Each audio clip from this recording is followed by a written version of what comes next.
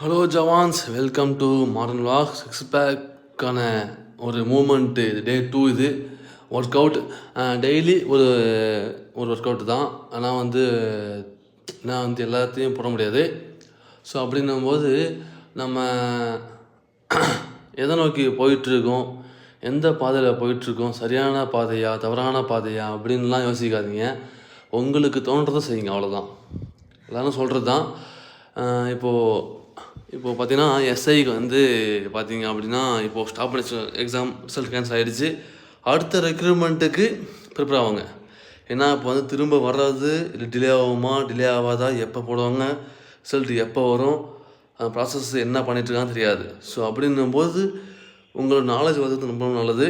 அதனால் அப்கமிங் ரெக்ரூட்மெண்ட்டுக்கு படிங்க, புரிஞ்சு படிங்க. இப்போது ரெஸ்பெக்ட் ஸ்பெல்லிங் தெரிஞ்சால் அது மக்கப்பு. இப்போ ரெஸ்பெக்ட்னா என்ன அப்படின்னு தெரிஞ்சால் புரிதல். சரிங்களா? ஸோ அதான் சொல்கிறேன். ஸோன்னு சொல்லிகிட்டே இருக்கேன். அதை நான் ஸ்டாப் பண்ணணும். அது மாற்ற முடியல. ஓகே ஜவான்ஸ், தேங்க்யூ, ஜெய்ஹிந்த், பை பாய்.